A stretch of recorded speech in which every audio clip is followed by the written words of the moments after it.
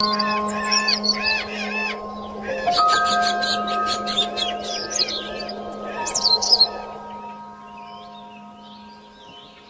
समय पहले की बात है। सूरजपुर नाम के राज्य में एक किशोर नाम का युवक अपनी पत्नी रूपा और बेटी सुमन के साथ रहता था। अब गांव में गर्मियों का मौसम अपने अंतिम चरम पर था और गांव में सर्दियों का मौसम अपने शुरुआती समय पर था। सारे गांव वाले सर्दियों की तैयारी में जुटे हुए थे, लेकिन यह समस्या नहीं थी। समस्या यह थी कि जिस झोपड़ी में किशोर रहता था, उस झोपड़ी की छत और खिड़की टूटी हुई थी, जिस कारण रात के समय उससे अंदर ठंडी ठंडी हवा अंदर आती थी और छत से रात को पाला भी गिरता था, जिस कारण किशोर और उसका परिवार रात को चैन से सो नहीं पाता था। पिताजी, मुझे बहुत ठंड लग रही है। बेटी तुम चिंता मत करो, मैं सुबह जरूर कुछ उपाय करूँगा। बस आज किसी तरह रात गुजार लो। रूपा, मेरी बेटी सुमन को ठंड लग रही है, मेरी बेटी को अच्छे से कंबल उड़ाओ। बेटी, मैं सुबह कुछ करता हूँ ना, तुम चिंता मत करो।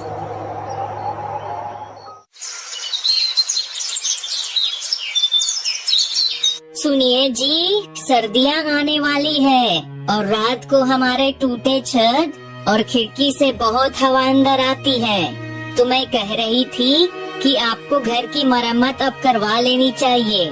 क्या बोलते हो आप?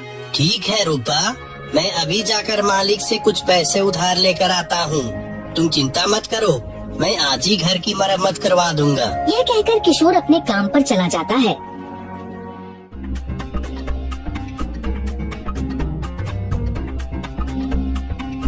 सेठ जी, सर्दियों का मौसम आ रहा है और मेरे घर की छत और खिड़की टूटी हुई है, जिस कारण रात को घर के अंदर ठंडी ठंडी हवा आती है और साथ ही साथ ओस की बूंदें भी अंदर गिरती है, जिस कारण मेरा परिवार रात को सो नहीं पाता है। और अगर मैंने उसे ठीक नहीं करवाया तो इस बार सर्दियों में हमें बहुत दिक्कत होगी। मैं और मेरी पत्नी तो किसी तरह दिन काट लेंगे, लेकिन मेरी बेटी अभी छोटी है, वह इतनी ठंड में उस टूटे फूटे घर में नहीं रह पाएगी। अरे किशोर, तो इसमें मैं क्या कर सकता हूँ भाई? सेठ जी, आप मुझे थोड़े बहुत पैसे उधार दे देते तो मैं अपनी झोपड़ी की मरम्मत करवा लेता और मैं दिन रात मजदूरी करके आपके उधार बस कुछ ही दिनों में चुका देता। अरे भाई, तूने अभी उतना भी काम नहीं किया है कि मैं तुम्हें उधार दे सकूं और मेरे पास अभी पैसे भी नहीं हैं तुम्हारी मदद करने के लिए। किशोर के लाख विनती करने पर भी घनश्याम पैसे देने के लिए मना कर देता है। धीरे धीरे समय बीतता है और सुबह से शाम होने को आती है। सूरज ढलने में कुछ ही समय बाकी था। फिर शाम को किशोर अपना सारा काम खत्म करके दुखी मन को लेकर खाली हाथ अपने घर लौट जाता है। क्या हुआ जी, क्या आप पैसे लाएं? अरे रूपा, मालिक ने पैसे देने से मना कर दिया। बोल रहे थे कि अभी पैसे नहीं है मेरे पास, मैं क्या करता? लेकिन जी, सर्दियों में अपना गुजारा कैसे होगा? अरे रूपा, तुम चिंता क्यों करती हो?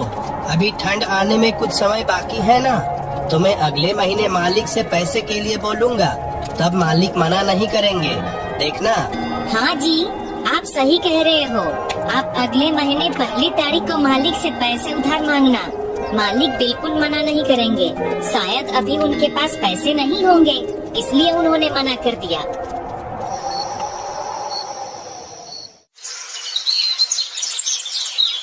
किशोर को घनश्याम सेठ के यहाँ मजदूरी करते हुए आखिरकार 1 महीने का समय गुजर जाता है और महीने की 1 तारीख आ पहुँचती है और साथ ही साथ पूरे गांव में अब सर्दियां पहले से काफी बढ़ चुकी थी। चारों तरफ सिर्फ ठंड के मारे कुहासा ही कुहासा दिखाई दे रहा था।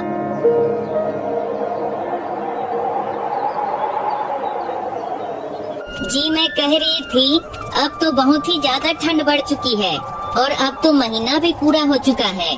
आप सेठ जी से इस महीने की तनख्वाह मांगकर अपने घर की मरम्मत करवा लीजिए, नहीं तो हम सब रात को नहीं सो पाएंगे। ठंड भी काफी बढ़ चुकी है हाँ भाग्यवान, तुम बिल्कुल सही कह रही हो। मैं जाता हूँ। मैं सेठ जी से इस महीने की तनख्वाह मांग कर लाता हूँ। अब तो बहुत ही ज्यादा ठंड बढ़ चुकी है।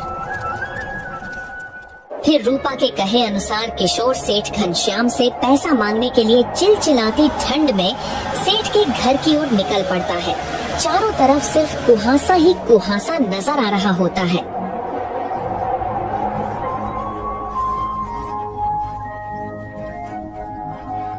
सेठ जी, अब तो पूरा 1 महीना भी हो गया है। आप मेरे पैसे दे दो ताकि मैं उन पैसों से अपने घर की मरम्मत करवा सकूं। अब तो थोड़ी थोड़ी ठंडी भी होने लगी है। अरे हाँ भाई, मुझे सब याद है कि महीना पूरा हो गया है। मुझे तुम्हें पैसे भी देने हैं। तो हाँ, तो तुम्हारे होते हैं इस महीने के 500 रुपए। लेकिन मालिक, मैंने इस महीने तो एक भी छुट्टी नहीं ली है, तो उस हिसाब से तो मेरा ज्यादा पैसा बनता है ना। अरे तूने छुट्टी लिया है या नहीं, यह मैं नहीं जानता हूँ। बस मुझे इतना पता है कि तुम्हारा इस महीना 500 रुपया बनता है। अगर लेना है तो लो, नहीं तो रहने दो। सेठ जी, ये आप कैसी बात कर रहे हैं? मेरे इस महीने के पूरे 2000 रुपये बनते हैं। आप कृपया मेरा पूरा पैसा दे दें, नहीं तो मैं सरपंच जी के पास चला जाऊंगा। क्या बोल रहा है तू? तुझे ज्यादा गर्मी चढ़ रही है? तू याद रख, तू मेरा सिर्फ एक नौकर है, नौकर समझा। तुझे जहाँ जाना है जा, तेरा वो सरपंच मेरा कुछ नहीं उखाड़ सकता। अब मैं तेरे 500 रुपये भी नहीं दूंगा, समझा ना? और तू कल से मेरे यहाँ काम पर भी नहीं आएगा। अगर आया तो मैं तुझे धक्के मारकर बाहर निकालूंगा। निकल यहाँ से, निकल। कहाँ से आ जाते हैं दिमाग खराब करने। ये बोलकर सेठ घनश्याम किशोर को काम से निकाल देता है।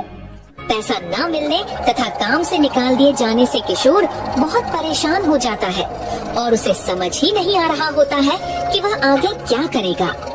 यूं ही सोचते सोचते किशोर अपने घर की ओर जाने लगता है। फिर किशोर जब घर पहुंचता है तो रूपा उसे चिंतित देखकर उससे पूछती है, क्या हुआ जी, आप बहुत उदास लग रहे हो? क्या सेठ जी ने पैसे दिए? फिर किशोर सारी घटना जो उसके साथ हुई अपनी पत्नी रूपा को बता देता है। ये बात सुनते ही रूपा चिंता में पड़ जाती है और कहने लगती है, अब घर का खर्च कैसे चलेगा जी? हमारे पास तो अब बिल्कुल भी पैसे नहीं बचे हैं और घर का राशन भी खत्म होने को आया है और ऊपर से हमारे घर की छत और खिड़की टूटी होने के कारण अब तो ठंड बढ़ने से और भी ज्यादा परेशानी बढ़ रही है। ऊपर वाले अब क्या होगा हमारा? रूपा, तुम बिल्कुल ठीक कह रही हो। मैं आज ही बाजार जाकर कोई काम देखता हूँ ना, क्या कोई नया काम मिलता है कि नहीं। और फिर इतना कहकर किशोर कड़कड़ाती ठंड के बीच मजबूरी में काम की तलाश में बाजार की ओर उदास मन को लेकर निकल पड़ता है।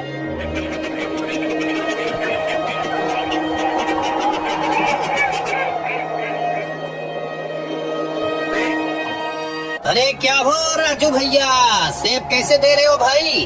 अरे किशोर, आओ भाई आओ, 50 रुपए किलो बेच रहा हूँ भाई। और बताओ, आज बाजार क्या लेने आए हो? बोलो तो 1 किलो सेब तौल दूं। अरे नहीं राजू भैया, मैं तो यहाँ बस ये पूछने आया था कि भाई मेरे लायक कोई काम है तो बताओ। क्या आपके पास मेरे लायक कोई काम है? मुझे काम की जरूरत थी भाई। अरे किशोर भाई, मेरे पास तो फिलहाल कोई काम नहीं है भाई, लेकिन जैसे ही मुझे आवश्यकता होगी मैं सबसे पहले तुम्हें फोन करूँगा। ठीक है ना भाई? ठीक है राजू भैया, मैं आगे देखता हूँ, लेकिन कोई काम की जरूरत हो तो मुझे आप तुरंत बताना। ठीक है ना भाई? हाँ किशोर, तुम बिल्कुल भी चिंता मत करो। फिर किशोर पूरे गांव के बाजार में काम ढूंढता फिरता है, लेकिन उसे कहीं भी कोई भी काम नहीं मिलता है।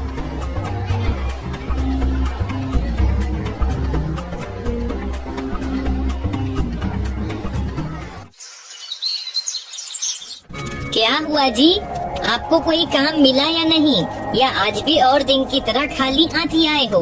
क्या बताऊँ रूपा, सुबह से शाम हो गई काम खोजते खोजते, लेकिन मुझे कोई काम नहीं मिला। हाँ, राजू भैया मिले थे बाजार में। आजकल उन्होंने फल फूल बेचने का काम शुरू किया है। वो कह रहे थे अगर मुझे किसी व्यक्ति की आवश्यकता पड़ेगी तो मैं तुम्हें फोन जरूर करूँगा। बाकी मैंने पूरा बाजार घूम लिया, लेकिन मुझे कोई काम नहीं मिला। मुझे समझ नहीं आ रहा है कि मैं क्या करूं। ऊपर से ये बढ़ती ठंड ने दिमाग खराब कर रखा है। आप चिंता मत कीजिए जी, अब जो होगा सब ऊपर वाले के हाथ में है। रात हो जाती है, सब बिस्तर पर लेटे हुए रहते हैं। कड़कड़ाती ठंडी हवा छत और खिड़की से अंदर आ रही होती है। इसी कारण तीनों सो नहीं पा रहे होते हैं। जैसे तैसे तीनों रात गुजार लेते हैं और जब सुबह उठकर रूपा देखती है कि ठंड लगने के कारण सुमन को काफी तेज बुखार हो जाता है। सुमन बिस्तर से उठ भी नहीं पा रही होती है। यह देखकर रूपा चिंतित हो जाती है। देखिए जी, सुमन को कितना तेज बुखार आ गया है और उसका पूरा शरीर जैसे आग हो गई है। आप कहीं से जाकर इसके लिए दवा ले आइए। अरे भाग्यवान, लेकिन मेरे पास अभी इतना पैसा भी नहीं है कि मैं दवा खाना जाकर अपनी बेटी सुधा के लिए एक गोली दवा ले आऊं। दूसरी तरफ सुमन की तबीयत और भी ज्यादा खराब हो रही थी। रूपा, मुझे रोना आ रहा है अपनी बीमार बेटी को देखकर। हमारे पास इतने पैसे भी नहीं हैं कि हम अपनी बेटी को अस्पताल ले जा सके। अरे आपको कुछ न कुछ तो करना ही होगा जी, नहीं तो सुमन की तबीयत और भी ज्यादा बिगड़ती जाएगी। देखिए आसपास में कहीं पैसों का इंतजाम हो जाए तो कर लीजिए। और फिर बिना सोचे समझे किशोर अपनी बेटी सुमन को कंधे में उठाकर उसे अस्पताल ले जाने लगता है। किशोर की पत्नी भी इस कड़कड़ाती ठंड में किशोर के पीछे पीछे अस्पताल जाने लगती है।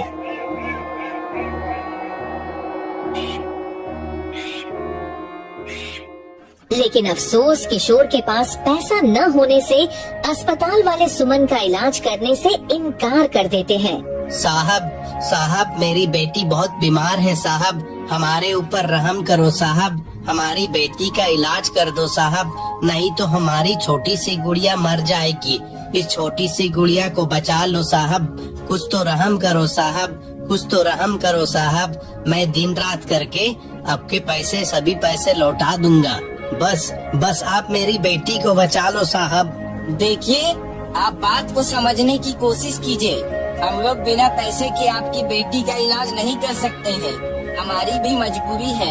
आप बात को समझने की कोशिश करें। किशोर के बहुत गिड़गिड़ाने पर भी अस्पताल के सदस्यों को बिल्कुल भी रहम नहीं आती है और अस्पताल वाले तीनों को अस्पताल से बाहर निकाल देते हैं। अस्पताल की सीढ़ी पर बैठकर किशोर और उसकी पत्नी रूपा रोने लगती है और दूसरी ओर ठंड धीरे धीरे और बढ़ती जा रही थी। फिर दोनों पति पत्नी किशोर और रूपा रोते रोते चिंता के कारण वहीं बेहोश हो जाते हैं। और जब किशोर की आंखें खुलती हैं, तो वह देखता है कि वह अस्पताल के अंदर एक बिस्तर पर लेटा हुआ है और उसकी बेटी और उसकी पत्नी भी बगल के बिस्तर पर लेटी हुई है।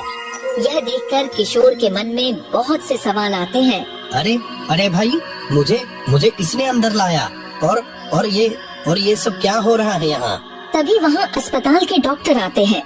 शांत हो जाइए आप लोग, अस्पताल में शांति बनाए रखें। आप लोगों को एक भले इंसान ने भर्ती करवाया क्योंकि आप अस्पताल की सीढ़ियों में बेहोश पड़े हुए थे। आपकी पत्नी और बेटी भी अब खतरे से बाहर है। बाहर जाकर आप काउंटर में मिल लीजिए उस व्यक्ति से जिसने आपको भर्ती करवाया था। फिर किशोर तुरंत काउंटर के पास जाता है। वहाँ वह देखता है कि राजू भैया खड़े हैं। अरे राजू भैया, आप यहाँ? अरे किशोर भाई, मैं तो बस थोड़ी सी खांसी हो गई थी, उसी का दवा लेने अस्पताल आया था भाई। फिर मैंने तुम तीनों को सीढ़ी पर बेहोश देखा था और मैंने तुम लोगों को तुरंत भर्ती करवाया। आखिर तुम्हारे साथ ऐसा क्या हुआ था जो तुम लोग इतनी ठंड में अस्पताल के बाहर बैठे हुए थे? बेचारा किशोर अपनी सारी परेशानी राजू भैया को बता देता है। अरे भाई किशोर, इतनी बड़ी समस्या थी और भाई तुमने मुझे नहीं बताया। भाई उस दिन तुम अगर अपनी समस्या बता देते तो मैं तुम्हें उसी दिन काम पर रख लेता। चलो कोई बात नहीं, जो होता है अच्छे के लिए ही होता है। आज से तुम मेरे साथ फल का व्यापार करने का काम करना, समझे ना? और आज ही मैं तुम्हारे घर को भी ठीक करवा दूंगा, तुम बिल्कुल चिंता मत करो भाई। आपका बहुत बहुत धन्यवाद राजू भैया, अगर आप हमारी मदद नहीं करते तो पता नहीं आज हम जिंदा भी रहते या नहीं। आपका बहुत बहुत धन्यवाद। तब तक किशोर की पत्नी रूपा और सुमन को भी होश आ चुकी थी। फिर खुशी खुशी चारों अपने अपने घर चले जाते हैं। और उस दिन के बाद किशोर राजू भैया के साथ फल का व्यापार का काम करने लगता है और राजू भैया किशोर के घर के छत को भी बनवा देते हैं और सब खुशी खुशी अपना जीवन व्यतीत करने लग जाते हैं। तो आप लोगों ने देखा दोस्तों, गरीबी एक बहुत बड़ा शराब है और इस कहानी से हमें यह भी सीखने को मिलती है कि हमें हमेशा एक दूसरों की मदद करनी चाहिए।